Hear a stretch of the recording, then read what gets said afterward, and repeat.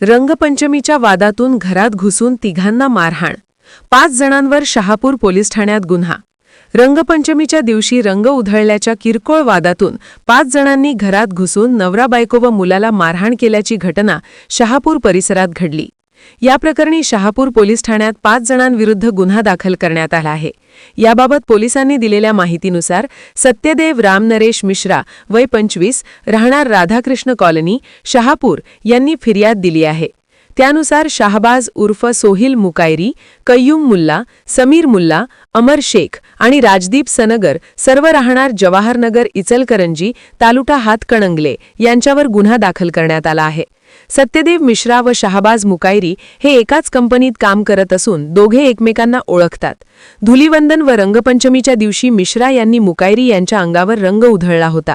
त्याच रागातून दुपारी सुमारे 3 वाजण्याच्या सुमारास मुकायरी व त्याच्या साथीदारांनी मिश्रा यांच्या घरात घुसून शिवीगाळ करत मिश्रा त्यांच्या पत्नी व मुलाला मारहाण केली। तसेच घराबाहेर उभी असलेली 2 चाकी गाडीचीही तोडफोड करण्यात आली। शिवाय पुन्हा बघून घेण्याची धमकी दिल्याचा आरोप फिर्यादीने केला आहे। या प्रकरणी शहापूर पोलीस ठाण्यात 5 जणांविरुद्ध गुन्हा दाखल करण्यात आला असून पुढील तपास पोलिसांकडून सुरू आहे।